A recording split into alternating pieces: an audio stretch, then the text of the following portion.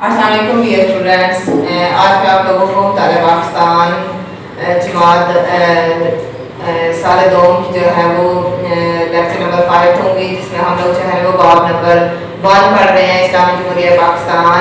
آج ہمارا جو ہے وہ ٹاپک ہے آل انڈیا مسلم لیگ کا قیام، اس کے مقاصد اور اس کے اسباب، یعنی کہ آل انڈیا مسلم لیگ کا قیام کیسے بنایا گیا اور اس کے مقاصد کیا تھے، اسباب جو ہے کیا بنے تھے۔ اس کے بعد ہم لوگ جو ہے وہ آپ دیکھیں گے کہ آل انڈیا مسلم لیگ کا قیام کیسے عمل میں جو ہے وہ لایا گیا تھا۔ آل انڈیا مسلم لیگ کا قیام 1906 میں ڈھاکہ کے مقام پر عمل میں آیا۔ محمدن ایجوکیشنل کانفرنس کے سالانہ اجلاس کے ختم ہونے پر برصغیر کے مختلف صوبوں سے آئے ہوئے مسلم عمائدین نے ڈھاکہ کے نواب سلیم اللہ خان کی دعوت پر ایک خصوصی اجلاس میں شرکت کی۔ اجلاس میں فیصلہ کیا گیا کہ مسلمانوں کو سیاسی رہنمائی کے لیے ایک سیاسی جماعت تشکیل دی جائے۔ یاد رہے کہ سر سید نے مسلمانوں کو سیاست سے دور رہنے کا مشورہ دیا، لیکن 20ویں صدی کے آغاز سے کچھ ایسے واقعات جو ہیں وہ رونما ہونا شروع ہوئے کہ مسلمان ایک سیاسی پلیٹ فارم بنانے کی ضرورت محسوس کرنے لگے۔ ڈھاکہ اجلاس کی صدارت وقار الملک نے کی۔ مولانا محمد علی جوہر، مولانا ظفر علی خان، حکیم اجمل خان اور نواب سلیم اللہ خان سمیت بہت سے اہم مسلم اکابرین جو ہے اجلاس میں شامل تھے۔ مسلم لیگ کا پہلا صدر جو ہے وہ سر آغا خان کو چنا گیا۔ مرکزی دفتر علی گڑھ میں قائم ہوا۔ تمام صوبوں میں شاہیں بنائی گئی اور برطانیہ میں لندن براج کا جو ہے صدر سید امیر علی کو بنایا گیا۔ اس کے بعد ہم لوگ جو ہے وہ دیکھیں گے مسلم لیگ کے قیام کے اسباب جو ہے وہ مسلم لیگ کے قیام کے اسباب کون کون سے تھے، کیوں جو ہے وہ اس کو عمل میں لایا گیا تھا، اس جماعت کو بنانے کا جو ہے کیا مقصد تھا۔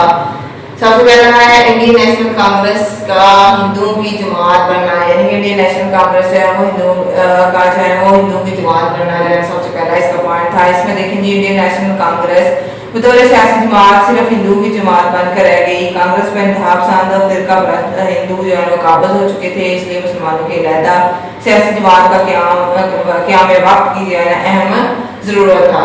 سیکنڈ اس کا پوائنٹ ہے جی فرقہ والیت۔ دیکھیں جی مسلمانوں کے خلاف ہندو نے اپنے انتہا پسند اور جو ہے تشدد پسند جو تحریکوں کا آغاز کر دیا تھا۔ ہندو جو ہے وہ سنگٹھن اور آریہ سماج جیسے جو ہے تحریکوں سے مسلمانوں کے وجود کو خطرہ تھا، اس سے عہد برآں ہونے کے لیے مسلمانوں نے جو ہے مسلم لیگ کا قیام جو ہے وہ عمل میں لایا۔ تھرڈ پوائنٹ ہے ہمارا تقسیم بنگال کی جو ہے وہ مخالفت۔ مشرقی بنگال کا نیا صوبہ 1905 میں وجود میں آیا، جہاں مسلمانوں کی اکثریت تھی۔ صوبہ بنگال کی جو تقسیم کی جو ہے وہ ہندوؤں نے شدید مخالفت کی۔ وہ مسلمانوں کے بہبود کے لیے اٹھائے جانے والے کئی اقدام کو جو ہے برداشت نہیں کر سکتے تھے۔ انہوں نے جو ہے تقسیم بنگال کے خاتمے کے لیے بہت بڑی تحریک شروع کر دی۔ یہ مخالفت بھی مسلمانوں کی سیاسی تحریک تنظیم کی جو ہے وہ باعث بنی، اور اس کی تقسیم بنگال کی مخالفت کی وجہ سے جو ہے مسلم لیگ کا جو ہے قیام عمل میں لایا گیا تھا۔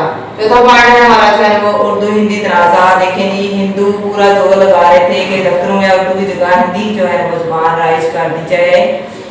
وہ دیوناگری جو ہے رسم الخط کو جو ہے ملک بھر میں رائج کرنے کی جو ہے وہ کوششوں میں لگے ہوئے تھے۔ ان کے جو ہے دباؤ میں آ کر بعض انگریز گورنر بھی ان کی مدد پر جو ہے وہ آمادہ ہو گئے۔ ایسے میں مسلمانوں نے اردو کے دفاع کے لیے تحریک چلائی، اور اس تحریک کو جو ہے وہ مضبوط بنانے کے لیے مسلم لیگ جو ہے وہ قائم کی گئی، تاکہ صوبائی حکومت کو جو ہے مسلمانوں کے مطالبات اور احساسات پہنچائے جا سکیں۔ مسلمان اپنی زبان اور ثقافت کا جو ہے وہ تحفظ کرنا چاہتے تھے، اس وجہ سے جو ہے انہوں نے مسلم لیگ کا قیام جو ہے عمل میں لایا تھا۔ پانچواں پوائنٹ ہے ہمارا سیاسی اصلاحات کا اعلان۔ لیکن جی برطانیہ میں انتخابات میں لبرل پارٹی کی کامیابی کے بعد برصغیر میں سیاسی اصلاحات لانے کا اعلان کیا گیا۔ سیاسی اداروں کی تشکیل سلسلہ شروع ہونے کا امکان بنا تو مسلمانوں نے اپنے جائز نمائندگی کے حصول کے لیے ایک سیاسی جماعت کو جو ہے وہ وجود دینا ضروری سمجھا۔ آگے ہے جی شملہ وفد، یا ہمارا جو ہے چھٹا پوائنٹ ہے، اس میں ہم لوگ دیکھیں گے سر آغا خان کی قیادت میں مسلمانوں کا ایک نمائندہ جو وفد 1 اکتوبر 1906 کو برطانوی وائسرائے لارڈ منٹو سے ملا۔